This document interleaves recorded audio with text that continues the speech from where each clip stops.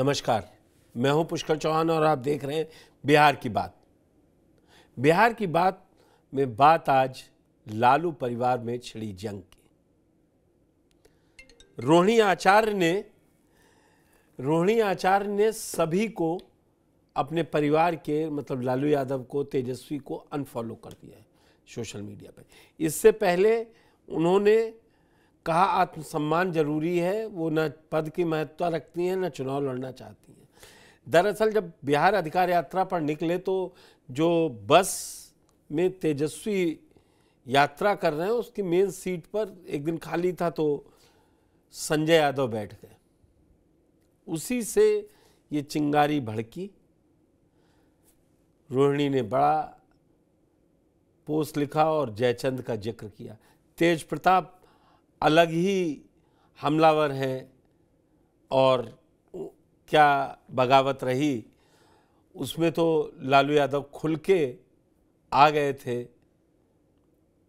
तेजस्वी या तेज प्रताप को बोला था, तब भी जयचंदों का जिक्र हुआ था और अब की रोहिणी आचार्य ने भी जयचंद्रकों का ही जिक्र किया है। तो क्या ये विवाद, घरेलू विवाद तेजस्वी की सियासत पर असर डालेगा या जनता को समझ में आ रहा है कि ये पारिवारिक झगड़ा है? इसका कितना नफा नुकसान होगा?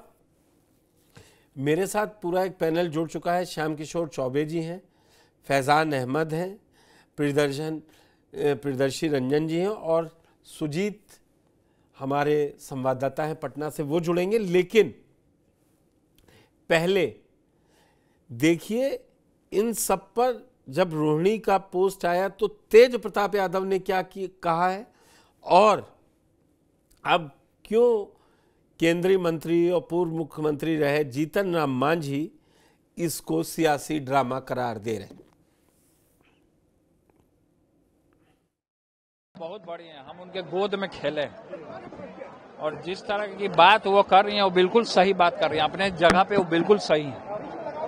लेकिन अब ये कहने की नौबत आ रही है कि आत्मसम्मान की बात चर्चा हो रही है, पिताजी को किस तरह से डोनेट किया किडनी, ये सब कहने की नौबत आ रही है। ये सच्चाई है। एक महिला होने के नाते, एक माँ होने के नाते, एक बहन होने के नाते जो वो सराहनीय काम उन्होंने किया है शायद कोई बेटी या कोई माँ कर सकती है। तो ये एक हमारे लिए और सभी महिलाओं के लिए ये पूरे तरीके से ये पूजनीय है और सदैव इनका चर्चा किया जाएगा जब तक इतिहास रहेगा। इतिहास के पन्नों में इनका नाम रहेगा सुनहरे अक्षर से। हमारी बहन का जो अपमान करेगा कृष्ण का सुदर्शन चक्र चलेगा। देखिए, मैं समझता हूँ कि वंशवाद परंपरा जाते अपना क्या कहते हैं परिवारवाद की जो लांछना लगी है लालू यादव पर, कमोबेश इसको मिटाने के लिए ये कुछ चक्र दिखला रहे हैं, दिखावा के लिए बात कर रहे हैं। सच्चाई यही है कि सब एक ही घाट पे पानी पीने वाले लोग हैं। अब एक ही तरह की बात करेंगे। चुनाव का समय है, लोगों को दिग्भ्रमित करने के लिए ऐसा कर रहे हैं। तो वाकई में ये चुनाव के समय दिग्भ्रमित करने वाली बात जो जीतन राम मांझी जी कह रहे हैं वो है या कहानी कुछ और है? पूरा पैनल मेरे साथ जुड़ चुका है। श्याम किशोर चौबे जी, फैज़ान अहमद, प्रियदर्शी जी और साथ में सुजीत, आप सभी का बहुत बहुत स्वागत है। चौबे जी, आपसे शुरुआत करते हैं। ये क्या मतलब सुपर संडे होना चाहिए था? बिहार जन अधिकार यात्रा की बात जो निकले हैं उस पर होनी चाहिए थी कि भीड़ आ रही है इतना। ये गोल गोल घूम के सैटरडे संडे से शनिवार इतवार चर्चा में अब रोहिणी है। इसका असर आप क्या देख रहे हैं? जी, चर्चा में वो हैं और होना भी चाहिए। चर्चा में बेवजह नहीं है, इसकी वजह है। और बेशक लालू परिवार बिहार का कहिए कि सबसे बड़ा पॉलिटिकल परिवार है अब तक का, और इनकी चर्चा के बगैर, लालू प्रसाद यादव की चर्चा के बगैर या तेजस्वी की चर्चा के बगैर बिहार की राजनीति मेरे ख्याल से पूरी नहीं होती है। बिहार की राजनीति की कहानी ऐसे में अगर उनका एक बेटा पार्टी से निकाल दिया जाता है, और एक वह बेटी जिसने लालू प्रसाद को अपनी किडनी दे के उनकी जान बचाई है, वो भी बगावती बातें कर रही है। तो ये चर्चा का विषय तो होना ही चाहिए। अब इस चर्चा में जैसा कि जीतन राम मांझी ने कहा कि ये केवल दिखावटी बातें हैं, मुझको ऐसी बात नहीं लगती है। वो पहली बात तो कि जीतन राम मांझी को इसमें मेरे ख्याल से हस्तक्षेप ही नहीं करना चाहिए था। ये विशुद्ध रूप से पारिवारिक मामला है। और दूसरी बात कि कुछ अंश तक इसमें आप ढूंढ सकते हैं कि राजनीतिक महत्वाकांक्षा की भी बातें इसमें हो सकती हैं, कुछ अंश तक तो हैं, इसमें कोई शक ही नहीं है। इसके पीछे में कोई भी बात कही जाए और उसको उदाहरण के साथ समझाया जाए तो मेरे ख्याल से वो ज्यादा अच्छा होता है। मैं करीब आप लोगों को करीब 1.25 साल पहले ले चलना चाहता हूं। और झारखंड में, बिहार से ही झारखंड अलग हुआ है, और झारखंड में ठीक इसी तरह का केस हुआ था आज से 1.25 साल 1.5 साल पहले, जब जेएमएम के नेतृत्व में यहाँ सत्ता थी, है तो अभी भी जी। और उस समय मुख्यमंत्री हेमंत सोरेन को गिरफ्तार कर लिया गया था। और उनकी गिरफ्तारी के बाद जब सवाल उठा कि चीफ मिनिस्टर किसको बनाया जाएगा, तो शुरू में हुआ कि उनकी पत्नी को बनाया जाएगा, जो कि नॉन एमएलए हैं, एमएलए नहीं थी। फिर उन्होंने पार्टी के एक पुराने विश्वस्त सलाहकार या कहिए सिपह सालार चंपाई सोरेन को बनाया। और जब हेमंत सोरेन को बेल मिल गई, उसके बाद जब सत्ता वापस करने की बात आई तो बिदक गए, चंपाई सोरेन चले गए भाजपा के खेमे में। इसी बीच, ठीक इसी बीच, मतलब ये लोकसभा चुनाव के ठीक पहले की बात है, पहले जी। और उस समय इनकी भाभी, हेमंत सोरेन की भाभी सीता सोरेन जो विधायक थी, वो भी छिटक के चली गई बीजेपी में, इसमें बीजेपी में चली गई। उस समय बात उठी थी कि इनके जो विधायक भाई थे उस समय, हालांकि अभी भी विधायक हैं वो, वसंत सोरेन, की थोड़ी दिन, मतलब थोड़ी देर के लिए कहिए या 1 दिन 2 दिन के लिए चर्चा आई कि सीन से वे भी आउट हैं, नहीं देखे जा रहे हैं। लेकिन वसंत सोरेन पार्टी से बंधे रहे, हेमंत सोरेन के साथ रहे। और इसके बाद जो परिस्थितियां बनी, लोकसभा चुनाव में सीता सोरेन हार गई, उसके बाद 5-6 महीने बाद विधानसभा चुनाव आया तो उसमें भी हार गई। अब वो एकदम हाशिए पे है। अब सीता सोरेन कहाँ पे है कोई चर्चा नहीं है। और वो भाभी थी, और यही केस था। देखिए, वो भाभी मतलब बड़े भाई की पत्नी थी, और उनकी महत्वाकांक्षा यही थी कि पार्टी में अगर वंश को ही आगे बढ़ाना है तो बड़े बेटे के परिवार को बढ़ाना चाहिए। और वो मंत्री भी नहीं बनाई गई थी, शायद मंत्री बनाने पे उनको संतोष हो जाता। तो उस उदाहरण को लीजिए। आता हूं श्याम जी, ये भी बड़ी विडंबना है।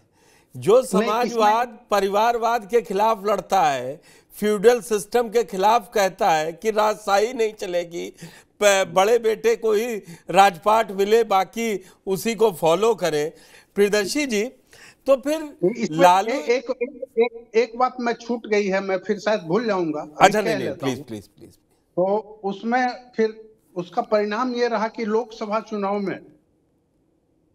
चुनाव में जेएमएम ज्यादा सीटें लेके आ गई। तब तक हेमंत सोरेन अंदर ही थे, और लोकसभा चुनाव में बीजेपी और उसके एलाइज को नुकसान हुआ। नुकसान इसलिए हुआ कि उनको 3 सीटें गंवा देनी पड़ी झारखंड की। पिछली बार 2 सीटें थी तो 2 और 3 5, मतलब इंडिया ब्लॉक के वो आदिवासी सीटें सारी हार गए, वो ठीक है, सारी हार गए। इसके बाद विधानसभा चुनाव में भी लगभग वही किस्सा हुआ। लगभग ऑलमोस्ट ऑल सारी 28 में से 27 सीटें बीजेपी हार गई, आदिवासी सीटें, और इंडिया ब्लॉक अपार बहुमत, मतलब 2/3 से ज्यादा मेजॉरिटी के साथ चुनाव में जीत गया। फैजान जी कह रहे हैं ये इसका कोई लालू परिवार से लेना देना नहीं है, जो किस्सा सुना रहे हैं आप। मैं कह रहा हूं कि लालू परिवार से लेना देना नहीं है, लेकिन चुनाव का अवसर है, तो मैं कह रहा हूं कि इसका उल्टा भी असर पड़ सकता है। उल्टा भी असर पड़ जाएगा प्रियदर्शी जी के पास। ठीक है श्याम जी। तो लालू यादव, जब तेज प्रताप वाला किस्सा हुआ प्रियदर्शी जी, तो लालू यादव खटाक से ले लिया कि ये हमारे संस्कार नहीं है और तेज प्रताप को निकाल दिया। राबड़ी तब भी नहीं बोल पाई जबकि राबड़ी के वो ज़्यादा लाडले हैं, और यहाँ बड़े बेटे अगर देखा जाए तो तेज प्रताप ही थे। अब रोहिणी आचार्य जिन्होंने किडनी दी, जिसका जिक्र भी भावनात्मक तरीके से श्याम किशोर जी ने किया, तो आपको क्या लगता है कि लालू की शांति या चुप रहना तेजस्वी को रोहिणी मामले में ज़्यादा परेशान करेगा?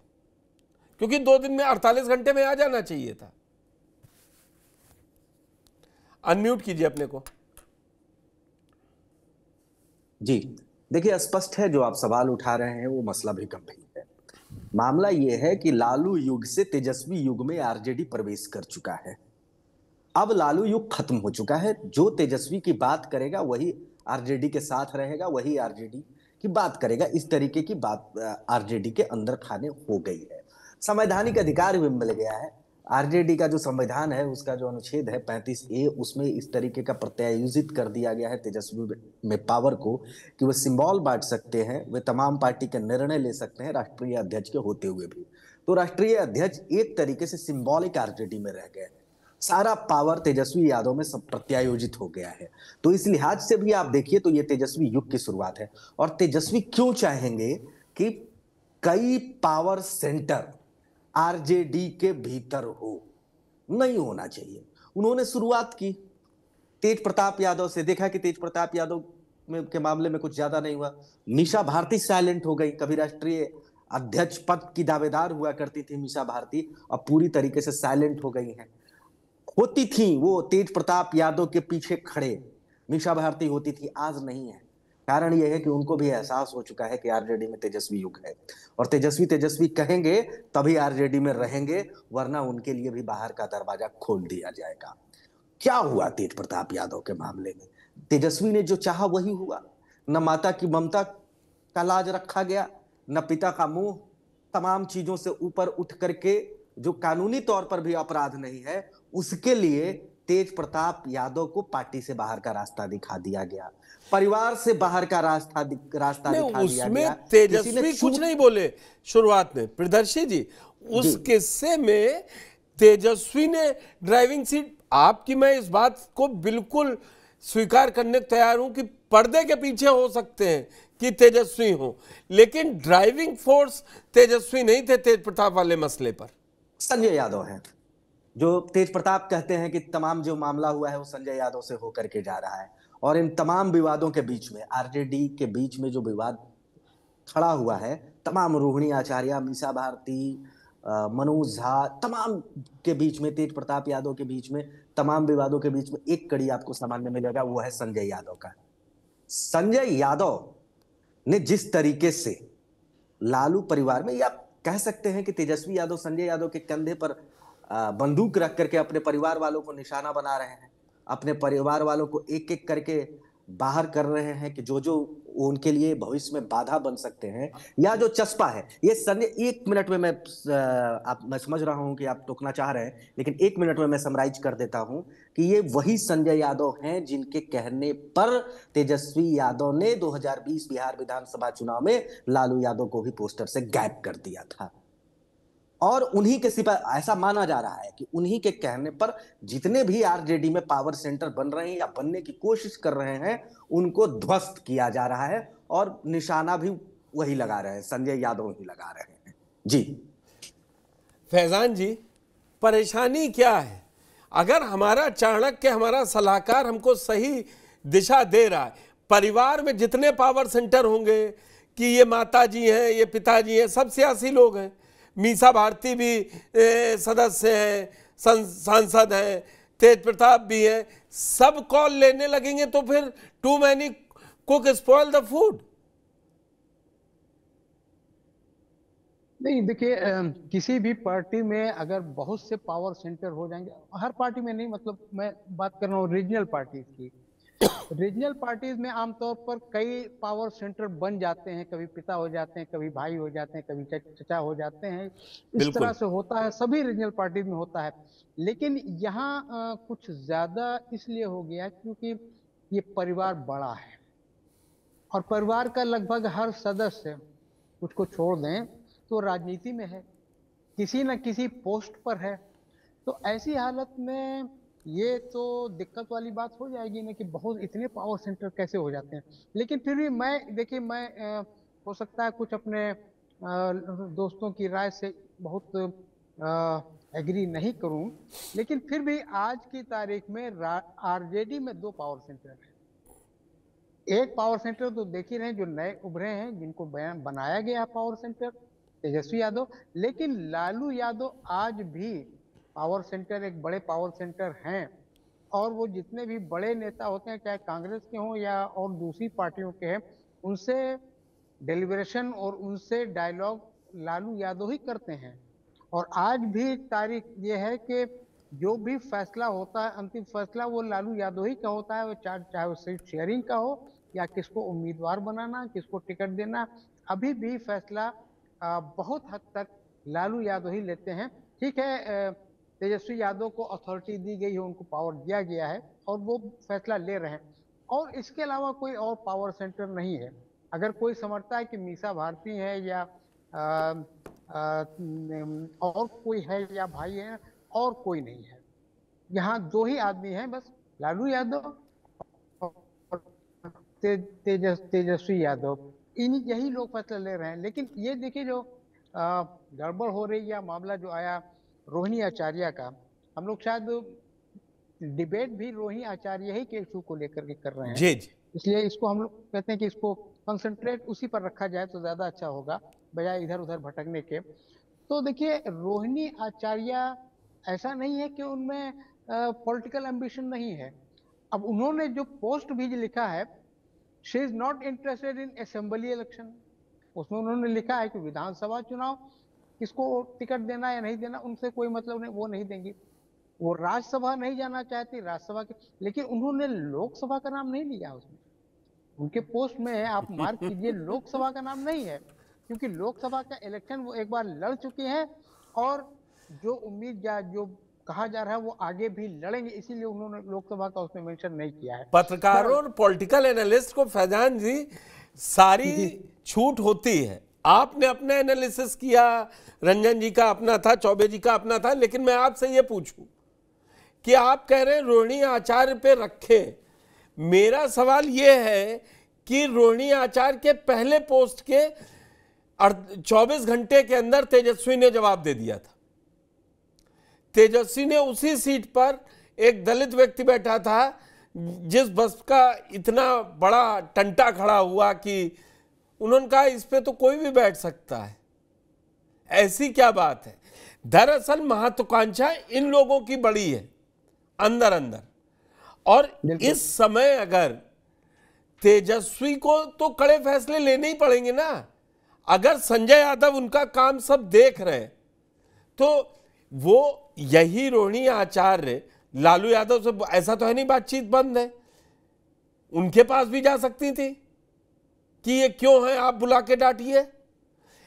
क्या रोहिणी आचार्य अगर ये कह दें कि मैं इंटरेस्ट नहीं हूं चुनाव लड़ने में और इसमें, इतनी बात हजम हो जाएगी किसी को भी सियासी तौर पे?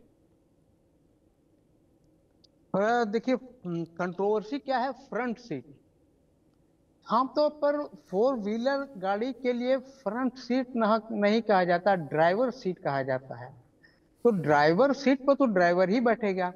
वो आप उसको पॉलिटिकल एनालिसिस करते हुए ड्राइवर तेजस्वी यादव को बता सकते हैं, लेकिन बहरहाल वो ड्राइवर सीट होती है और उस पर ड्राइवर ही बैठता है। उसके बगल, अगल बगल या पीछे की सीट जो होती है उस पर वो बड़ा नेता जो है उस पर बैठता है। वो ऐसी कोई बहुत बड़ी कंट्रोवर्शियल बात नहीं थी।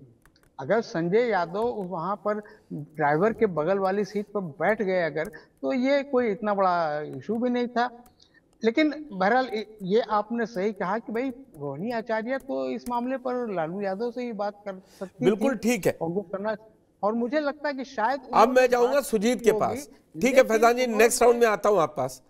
सुजीत मैं शायद क्या राउंड में नहीं रह पाऊंगा, इसलिए बस मैं अच्छा यहाँ अच्छा पर अभी बात खत्म कर रहा हूँ। जी मेरा कहना है कि ऐसा नहीं है कि रोहिणी आचार्य ने, हो सकता है वो यहाँ अगर हैं तो लालू यादव अपने पिता से बात न की हो, लेकिन पिता से बात की होगी। हो सकता है पिता ने ये कहा हो कि तुम इस इशू पर तेजस्वी से, अपने भाई से बात कर लो, तो हो सकता है उन्होंने भाई से बात नहीं की। चलिए बात नहीं की, मैं आऊंगा सुजीत आपके पास। सुजीत क्या जो अंदर खाने या सूत्र बहुत चलते हैं हम लोगों में ना, तो उसमें लालू अभी मजबूती से खड़े हैं तेजस्वी के पीछे, कि वहां भी कुछ है ऊपर नीचे? देखिए पुष्कर जी, अभी तक का जो सीन सामने आया है या जिस तरीके से बयान सामने आए, पोस्ट सामने आए, उसमें इस तरीके से तो बिल्कुल नहीं दिखाई दे रहा है कि लालू यादव जो है दोनों के साथ खड़े हैं। स्पष्ट रूप से दिख रहा है कि लालू केवल और केवल तेजस्वी के साथ खड़े हैं। देखिए, आप थोड़ा सा पीछे जाइए, जब पूरा कार्यक्रम शुरू हुआ था, जब तेज प्रताप यादव का मसला सामने आया था, तो घोषणा लालू ने ही की थी, और लालू की घोषणा के बाद से ही तेज प्रताप यादव को पार्टी से बाहर का रास्ता दिखाया गया था। उसके बाद से कालक्रम को आप जोड़ते चले जाइए, घटनाओं को जोड़ते चले जाइए, बैक टू बैक जो सारी चीजें आ रही हैं, उसमें लालू यादव का कोई ऐसा पक्ष या पोस्ट सामने नहीं आया है जब तक वो इस बात को दर्शाए कि वो तेज प्रताप के साथ भी खड़े हैं। हालांकि तेज प्रताप अपने स्वभाव के अनुरूप लगातार हमलावर मुद्रा में रहे, और अभी जो बातें पटना में जो राजनीतिक पिजा में तैर रही है, उसमें ये बात भी बिल्कुल धीरे धीरे साफ हो रही है कि तेजस्वी जो डिसीजन ले रहे हैं वो बिना लालू प्रसाद की सहमति के नहीं ले सकते हैं। ठीक है, एक कथित रूप से बार बार एक जयचंद शब्द का इस्तेमाल किया जाता है, और हम और आप और वो सब कोई जानता है कि वो जयचंद कौन है। हालांकि जब वो परिवार उस नाम को नहीं खोल रहा है, तो हम और आप कुछ नहीं कह सकते हैं कि वो जयचंद कौन है। लेकिन उस जयचंद का भी नाम आता है, तो ये सेंटर जो है 3/1 का चल रहा है, लालू प्रसाद, तेजस्वी यादव और जयचंद। दूसरी तरफ अभी तक तो ये तेज प्रताप तक का मामला था, लेकिन अब इसमें रोहिणी भी आ गई है। रोहिणी ने जिस पोस्ट को लिखा, सीधा सीधा इशारा उनका उसी जयचंद की तरफ था, जिसका बार बार जिक्र तेज प्रताप यादव करते रहे हैं। तो 3/2 का मामला जो चल रहा है, इसमें जो पावर सेंटर है वो पूरी तरीके से तेजस्वी के साथ है।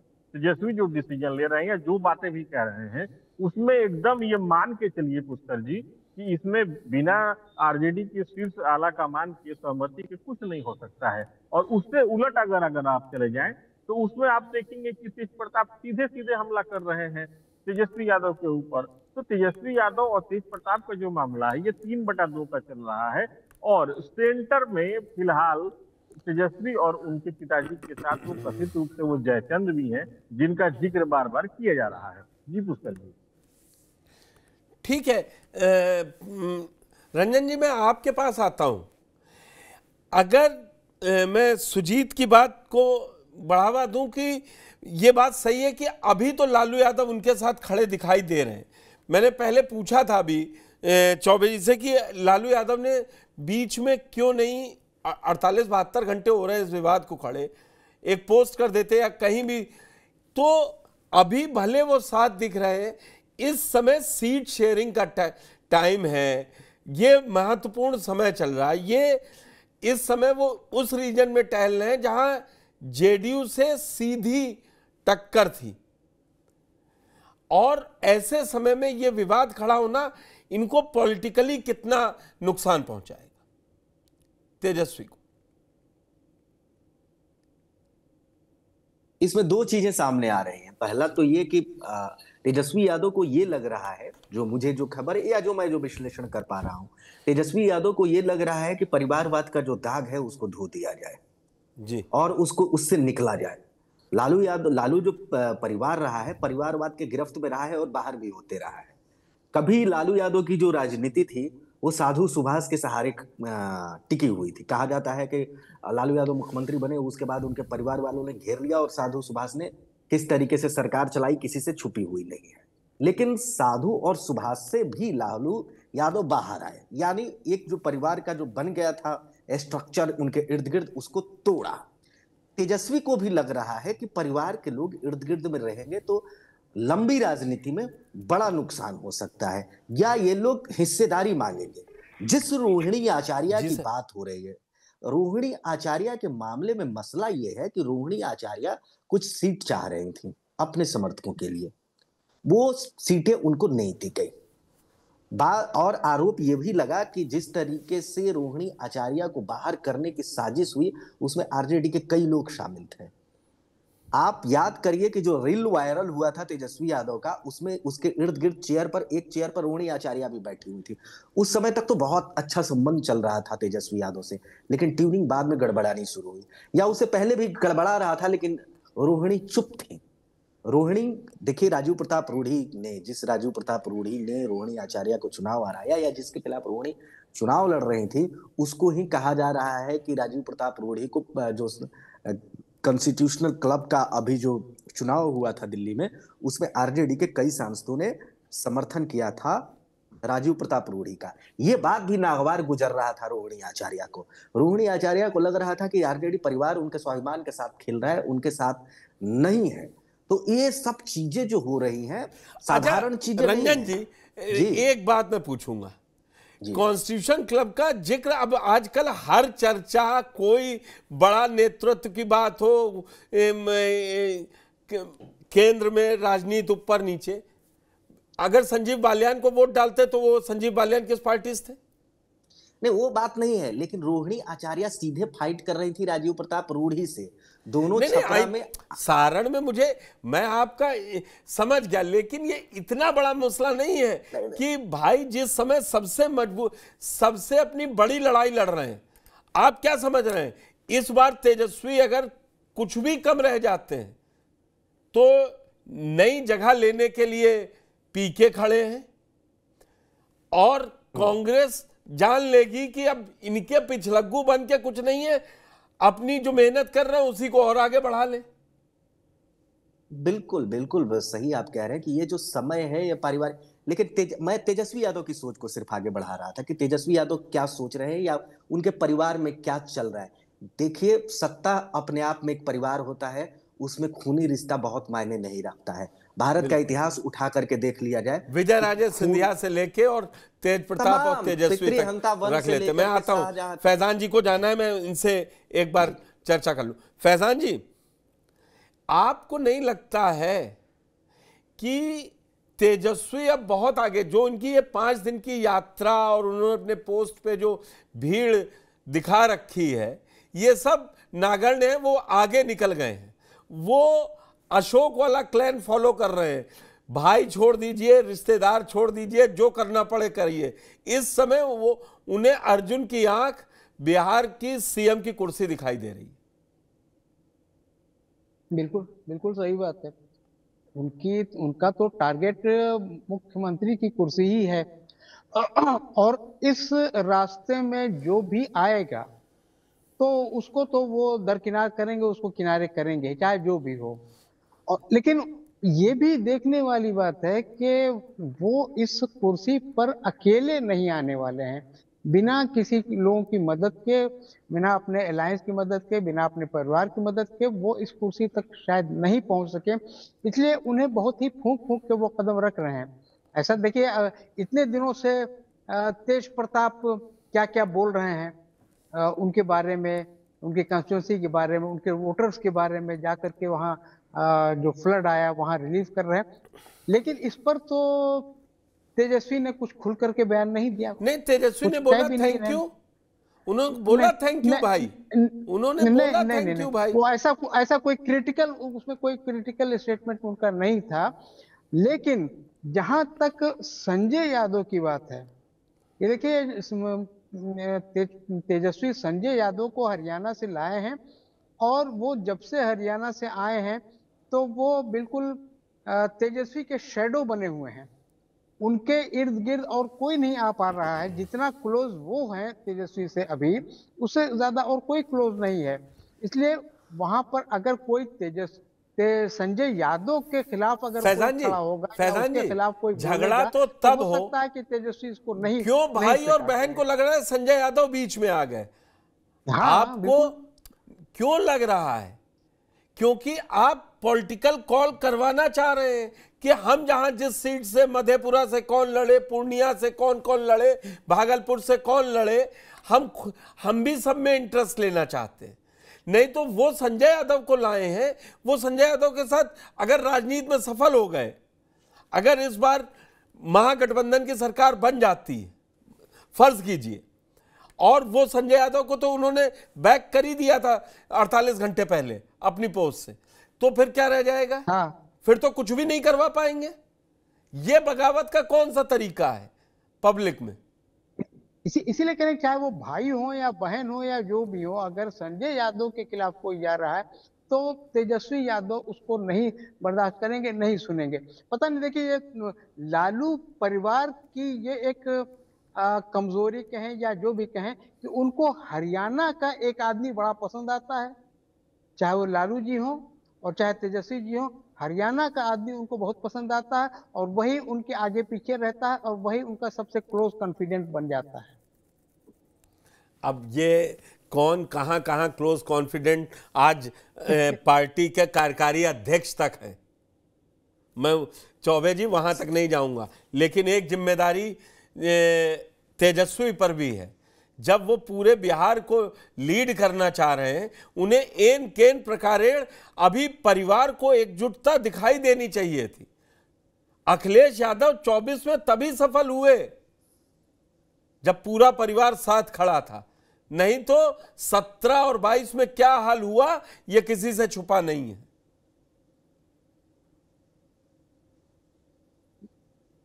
जी, पुष्कर जी, मैं आपने मुझसे पूछा। मैं प्रेमचंद गुप्ता की बात कर रहा था, मैंने उसका नाम नहीं लिया, प्रेमचंद गुप्ता की बात कर रहा था। लालू जी के क्लोज कॉन्फिडेंट थे वो। इसी तरह से अब संजय यादव, वो भी हरियाणा के हैं, ये इनके क्लोज कॉन्फिडेंट, मैं ये कह रहा था। ठीक बात।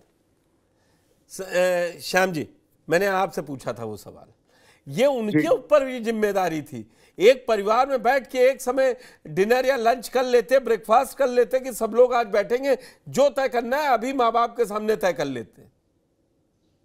देखिए, ऐसा हो नहीं पाता है।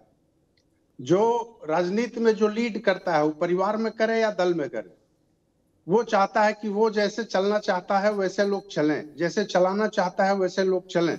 अब इसको आप परिवारवाद का दीजिए, वंशवाद का दीजिए या नहीं भी दीजिए, मैं नाम नहीं ले रहा हूं, चलिए अभी मैं किसी का नाम नहीं ले रहा हूं, लेकिन हर पार्टी में देख लीजिए कि जो टॉप लीडरशिप है वो या उसके आसपास इर्द गिर्द के एक दो जो लोग हैं वो कहते हैं वही सब कोई मानता है, और जो नहीं मानता है वो दरकिनार कर दिया जाता है। अब मेरे ख्याल से नाम लेने की, किसी की नाम लेने की जरूरत नहीं, हर पार्टी में ऐसा ही है, कोई ऐसी पार्टी ऐसी नहीं है जो इससे अलग है। इस हालत में जब तेजस्वी यादव को जो कहा गया कि फ्रंट सीट नहीं, मैं कह रहा हूं कि यहाँ राजनीति के लिए उनको ड्राइविंग सीट सौंप दी गई है, पार्टी की ओर से, पिता की ओर से, माता की ओर से, सब की ओर से, तो उनकी बात लोगों को माननी चाहिए। अगर नहीं मानेंगे तो ये घर के झगड़े में पड़े रहें या बाहर के झगड़े को निपटावें। अभी ज्यादा महत्वपूर्ण बाहर के झगड़े को निपटाना है।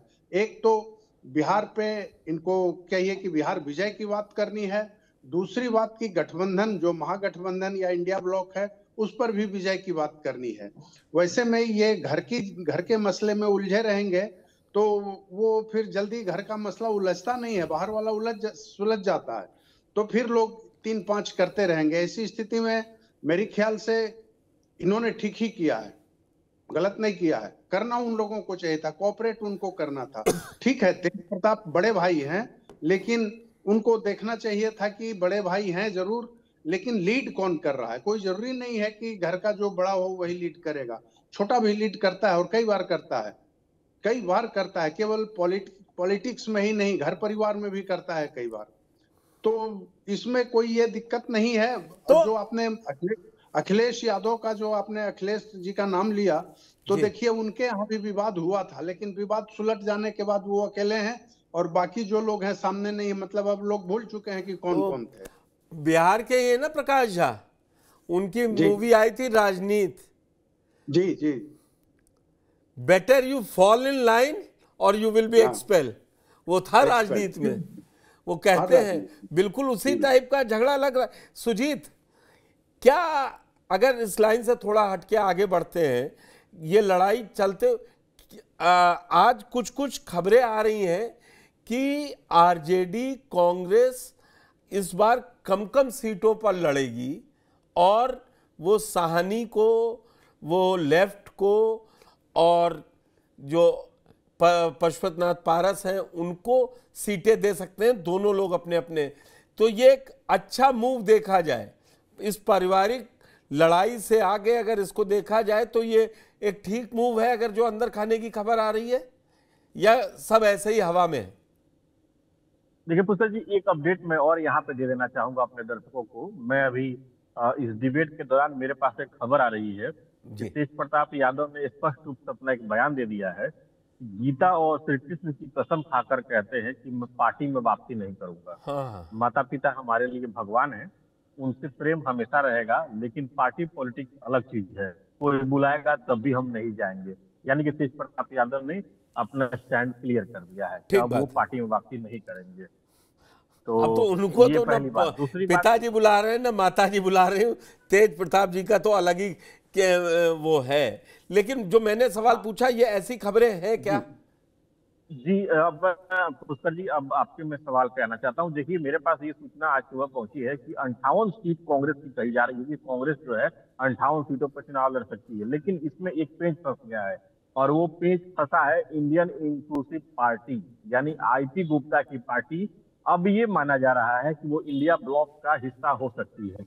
अब उस पर आके ये पेच फंसा हुआ है कि इंडिया ब्लॉक में अगर आईपी गुप्ता की पार्टी आती है तो उनको जो सीट है वो कांग्रेस पार्टी अपने कोटे से देगी। यानी कि उसमें आरजेडी अपने सीटों की संख्या में जो एक मोटा मोटी जो बदलाव जो है वो नहीं होना देना चाहती है। वो चाहती है अगर आईपी गुप्ता, जो कि पहले से दावा करते रहे हैं कि उनकी राहुल गांधी से बातचीत हो चुकी है, मुलाकात हुई है, अगर आईपी गुप्ता अगर इंडिया ब्लॉक पे आते हैं तो कांग्रेस अगर उनको लेके आती है तो कांग्रेस अपने कोटे से उनको सीट दे। तो क्या रही बात, तो क्या विजय मुकेश साहनी कांग्रेस के कोटे में जाएंगे या तेजस्वी के कोटे में जाएंगे? जी पुष्कर जी, मुकेश साहनी की जो मेरे पास सूचना आ रही है वो 14 सीटों की सूचना आ रही है, तो उनको 14 सीट दी जा सकती है। लेकिन मुकेश साहनी जिस बात को लेकर के लगातार अड़े हुए हैं, डिप्टी सीएम को लेकर के, उस मुद्दे पर कोई बात नहीं कर रहा है। साथ ही साथ सूचना ये भी है कि पशुपति पारस को 2 सीटें जा रही हैं और जेएमएम को 2 सीटें जा रही हैं। यानी कि ये आज की मेरे पास सूचना आई है। तो अब मैदान सीट ये है लेफ्ट को कितनी जा रही है? लेफ्ट और तेजस्वी को भी बता दीजिए, सारी 243 सीटों के हिसाब हो जाएगा। जी बिल्कुल, मैं लेफ्ट में जो 3 जो दल हैं उसमें भाजपा की जो सीट है उसकी संख्या मेरे पास आई है, वो मेरे पास जो सूचना आई है वो 4 आ रही है कि 4 सीट इनको मिल सकती है। बाकी जो है वो 19 लड़े थे, इस बार टोटल लेफ्ट कितना लड़ेगी?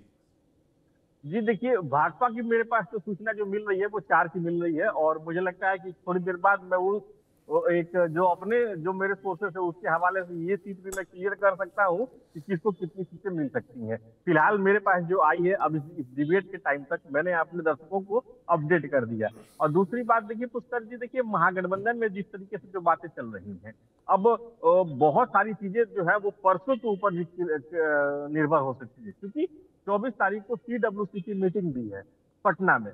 आजादी के बाद से ये पहला ऐसा मौका है जब सीडब्ल्यूसी की मीटिंग पटना में होने जा रही है, और उसमें जो सूचना आ रही है वो कि कई अहम निर्णय लिए जा सकते हैं, जिसमें एक सीट की संख्या भी है। तो ये इसके लिए थोड़ा सा इंतजार करना पड़ेगा कि सीटों की संख्या को लेकर के जो ये बड़ी खबर है कि अब आ रहे हैं पटना में सीडब्ल्यूसी करेंगे। तो ऐसा तो नहीं है, जब इंडिया ब्लॉक की पहली मीटिंग पटना में शुरू हुई थी नीतीश जी के नेतृत्व में, फिर नीतीश जी निकल लिए थे।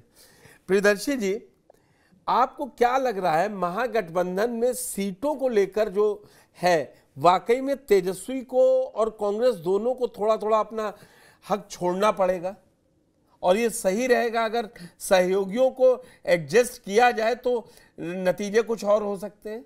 हार जीत सरकार किसकी बनेगी एक अलग बात है। देखिए, सुजीत जी ने जो कहा वो उनके पास शायद पुख्ता जानकारी है, और उस जानकारी के आधार पर अगर आका जाए तो मैं मानता हूं कि कांग्रेस पीछे हट रही है, आरजेडी नहीं हट रही है। अगर आप 70 पर लड़े थे, आप 60 से नीचे लड़ने को तैयार हो गए हैं, यानी आप पीछे हट रहे हैं। जबकि कांग्रेस ये बातें कर रही थी कि मुख्यमंत्री का चेहरा कौन होगा अभी तय नहीं करेंगे। अपनी हैसियत से ज्यादा बिहार में कांग्रेस दिखा रही थी।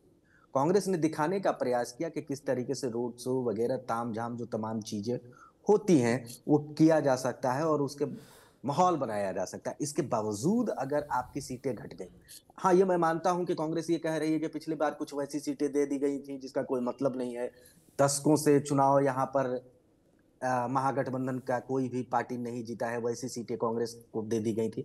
ठीक है, दे दी गई थी, लेकिन आप सीट लड़िएगा तब तो चांसेस भी बनेंगे, वहां आप मजबूती से कोई ना कोई पार्टी तो वहां लड़ेगी।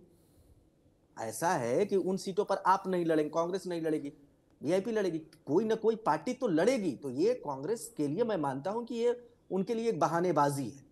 चुनिंदा सीटें कितनी मिलती हैं उनको पता नहीं, ये सुजीत जी बेहतर बता पाएंगे क्योंकि इनके पास बिहार की तमाम वो अपडेट्स रहते हैं जिसके हम लोग कायल हैं, तो वे बेहतर बता पाएंगे।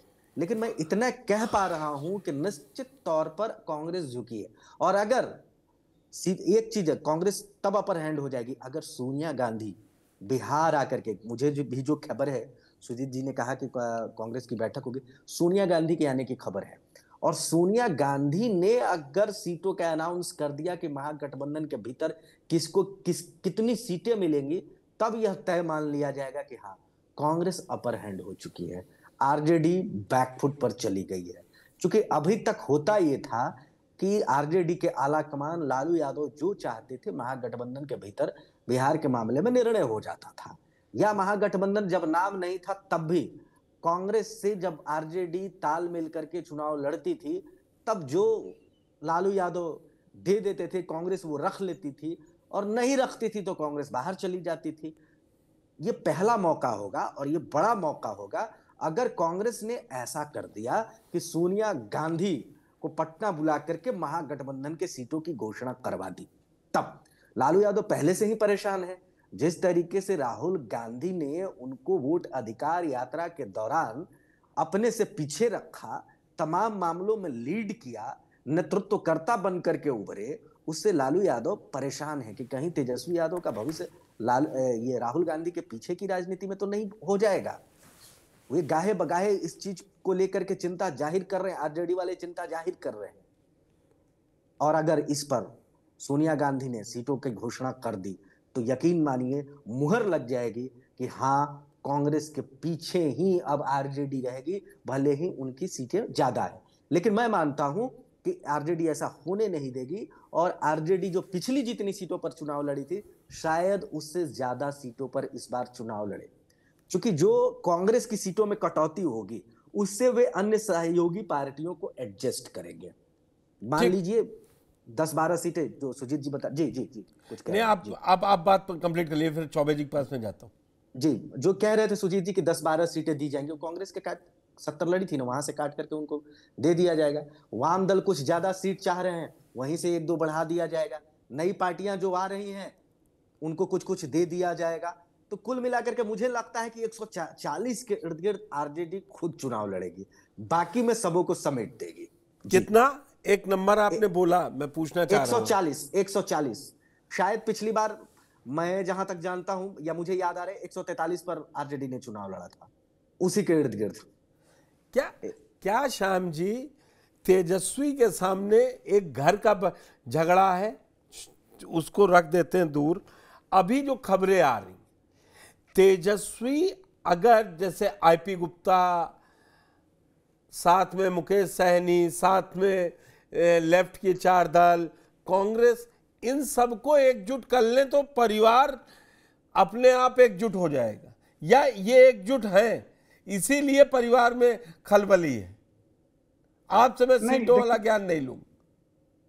नहीं, ये जो एकजुट तो इनको रहना पड़ेगा। जो ये दो मतलब पिछली बार से ज्यादा इस बार बिहार में महागठबंधन या जो इंडिया ब्लॉक कहिए उसके 9 दल हैं, 9 सहयोगी दल मिलके ये महागठबंधन इस बार चल रहा है। तो ये जो 9 हैं और बढ़े हुए हैं, तो सीट जो जब बढ़ेंगे परिवार में लोग, राजनीतिक परिवार, मैं वो घर वाला परिवार नहीं कर रहा हूँ, राजनीतिक परिवार में जब लोग बढ़ेंगे तो सबको आपको कुछ कुछ शेयर देना पड़ेगा। वो कितने में संतुष्ट होते हैं, आप कितने में उनको संतुष्ट कर पाते हैं, ये आप मतलब दोनों की आपसी सहमति और सहयोग पे निर्भर करता है। तो वैसे में इन लोगों को थोड़ा थोड़ा तो सीटें छोड़नी पड़ेंगी, इसमें कोई शक नहीं है। वो 2 छोड़े, 4 छोड़े, 10 छोड़े, 15 छोड़े, लेकिन छोड़नी पड़ेगी। और रही बात की परिवार इसके चलते वो 9 दलों के चलते या महागठबंधन के चलते परिवार में कोई भेद विभेद नहीं है। वहां सब कोई जान रहा है कि वहां उन लोगों का तेजस्वी से भी ज्यादा हमको लगता है कि ये नहीं है, नाराजगी नहीं है। उनकी एक व्यक्ति को लेके नाराजगी है जिसकी बार बार वो लोग जिक्र करते रहे हैं, जयचंद। तो उस जयचंद को चलते उनमें नाराजगी है। लेकिन सवाल है कि अगर जयचंद के चलते कोई मजबूत है अभी राजनीति में, तो वो आपको त्याग देगा, तो वो आप त्यागे हुए हैं। और जैसा कि सुजीत जी ने बताया कि अभी तेज प्रताप का एक नया आया कि मैं वहां जाने वाला नहीं हूं। आप नहीं जाने वाले हैं तो मेरी समझ से आपको अभी कोई बुला भी नहीं रहा है और कोई बुलाने भी नहीं जा रहा है। हाँ, एक चीज है कि इसका फायदा चुनाव तक जो महागठबंधन की विरोधी दल हैं या विरोधी गठबंधन है और दल हैं, वो उठा सकते हैं पॉलिटिकल भाषणबाजी करके, लेकिन सारा कुछ चुनाव परिणाम पर निर्भर करेगा। अगर मैं जो शुरू में कह रहा था और आप रोक रहे थे, झारखंड में सोरेन परिवार का जो मैं उदाहरण दे रहा था, अगर कहीं ये लोग क्लिक कर गए तो फिर ये सब कहिए कि जो बाहर चल रहे हैं, वो चाहे रोहिणी हो चाहे तेज प्रताप हो, फिर उनका कोई वैल्यू नहीं रहेगा, वो खत्म हो जाएंगे, चिन्ह से खत्म हो जाएंगे। वो वैल्यू नहीं रहेगा, वो खत्म भी हो सकते हैं। लेकिन सुजीत, अगर आपकी खबरों को माने और आप जो अभी बता रहे हैं, तो एक सामाजिक समीकरण कह लें, अब जातिगत समीकरण कह लें, उनके हिसाब से इंडिया गठबंधन और अभी कितना मजबूत दिख रहा है 2020 के मुकाबले। अगर आईपी गुप्ता भी आ जाते हैं, मुकेश सहनी भी आ जाते हैं और सबको मन मुताबिक सीटों का अगर बंटवारा हो जाता है, तो ये समीकरण ज्यादा मजबूत है पिछली बार से कि नहीं? देखिए पुष्कर जी, आईपी गुप्ता का ये पहला मौका है। जैसे ये कहें कि ये पहला मैच वो अपने राजनीतिक पारी का खेलेंगे, तो उनका दावा जो है वो पान तांती तत्व समाज का है। अब वो कसौटी पे कितना खरा उतरेंगे ये तो आने वाले वक्त में ही पता चलेगा। अब रह गई बात, जो नई पार्टियां अगर आ रही हैं, जैसे कि जेएमएम जुड़ रही है या फिर पशुपति पारस जुड़ रहे हैं, तो उनको जो 2-2 सीटें जो जिस हिसाब से दी गई है, तो पार्टी भी खुद समझ के चल रही है, जो महागठबंधन की जो बड़ी पार्टियां हैं, कि इनके लिए 2 सीटें जो है वो मुफीद है। यानी कि वो खुद मान के चल रही है कि 2 इनके लिए इनफ है, इससे ज्यादा के लिए फिर उनको दिया नहीं जा सकता है।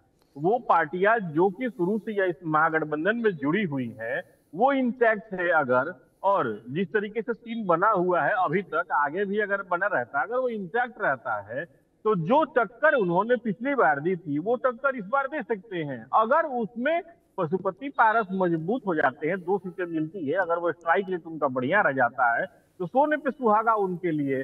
आईपी गुप्ता जो पान तांती तत्व समाज को अगर वोट ट्रांसफर करा लेते हैं अपने तरफ, वीआईपी जो दावा करती है कि मल्ला हमारे साथ है, निषाद वोट हमारे साथ है, अगर वो वोट ट्रांसफर करा लेते हैं, तो निस्संदेह ये पान तांती तत्वा और निषाद, ये दोनों चीजों का तो फायदा तो महागठबंधन को मिल सकता है। लेकिन ये तस्वीर क्या होगी पुष्कर जी, अभी कागजी तौर पे तो ये दिख रहा है कि हाँ, ये 2-3 जातियां जो है वो अगर जुड़ जाती हैं महागठबंधन से, तो महागठबंधन को फायदा हो सकता है। वही मैंने इसको एनडीए से नहीं पूछा, मैंने ये कहा पिछली बार से जो गठबंधन था इस बार होगा वो मजबूत दिखाई देगा। प्रियदर्शी जी, लास्ट में चलते चलते अगर आपसे ये समझा जाए, जो पारिवारिक लड़ाई है, इसका कोई थोड़ा बहुत असर बीजेपी किसी भी मौके को अवसर में बदल लेती है। कल को प्रधानमंत्री जिस तरीके से रैली में भाषण करते हैं, वो किस चीज को कहां से जोड़ दें और लोगों का नैरेटिव सेट हो जाए। क्या रोहिणी की ये बगावत, तेज प्रताप की ये बगावत, कम से कम चुनावी रैलियों के लिए बीजेपी को मसाला मिल गया है? देखिए, आप इसको इस तरीके से समझिए कि पिछली बार एनडीए से महागठबंधन कितने वोटों से पीछे रह गई थी। सीटों के मामले को छोड़ दीजिए, वोटों के मामले में बहुत कम मार्जिन था, 11,000 12,000 नहीं नहीं प्रियदर्शी जी, मैं ये वाला किसी से नहीं लेता। अब कहीं तेजस्वी 50,000 से जीते हैं और कहीं 5,000 से, तो वो वोट परसेंटेज। नहीं, मैं ये कह रहा हूं कि जो आप कह रहे थे कि क्या हो सकता है, मैं मान रहा हूं कि भारतीय जनता पार्टी हो सकता है कि तेज प्रताप यादव को अपनी पार्टी में न शामिल कराए, रोहिणी आचार्य को पार्टी में न लाए, या किसी गठबंधन के किसी पार्टी में उनको नहीं सेट किया जाए, लेकिन इनके मोर्चे को अगर मजबूत कर दे भारतीय जनता पार्टी पीछे से, बिल्कुल पीछे से बैक कर दे, बी टीम बना दे जी, तो कितना असर पड़ेगा? तब तो खेल हो जाएगा। बस ये देखा गया है, जहानाबाद में एक लोकसभा क्षेत्र है बिहार का, जिस पर लड़ाई पिछले 2019 में तेज प्रताप ने एक अपना कैंडिडेट दे दिया था जी, और जितने से जीते, जितना वोट आया था तेज प्रताप यादव के कैंडिडेट को, उससे बहुत कम से सुरेंद्र यादव चुनाव हारे थे।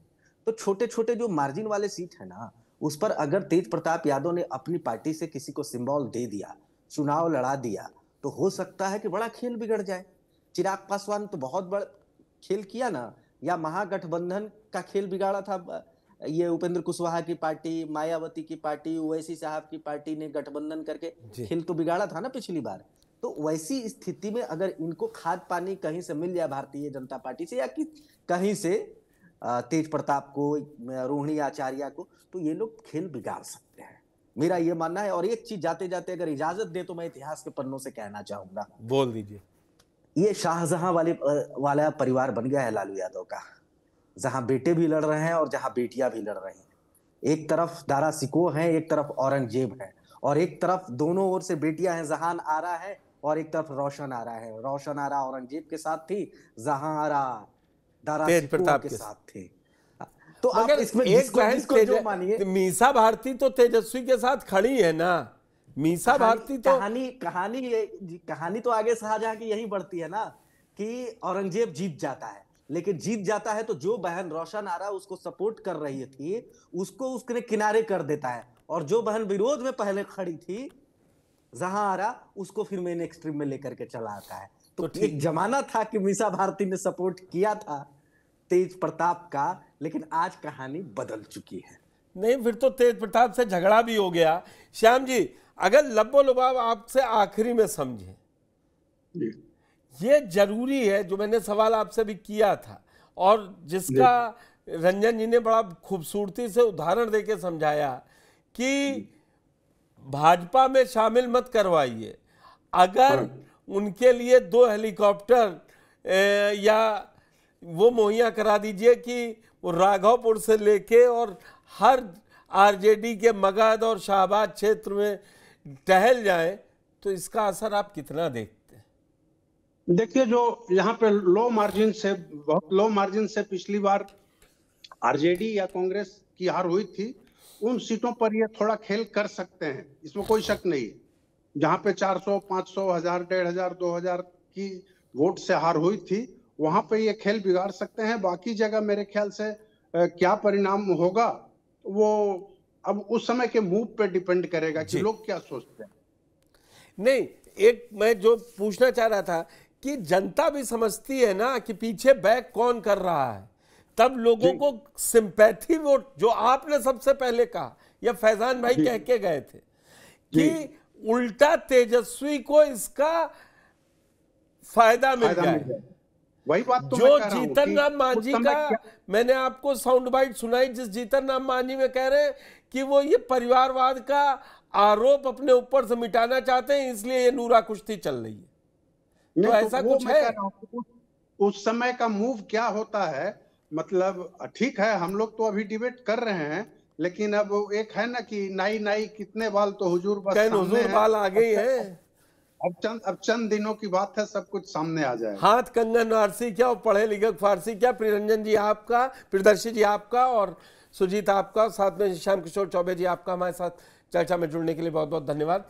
तो बिहार की बात में बात आज हो रही थी लालू परिवार में पड़ी फूट की, तो हमारे पैनल ने ये माना कि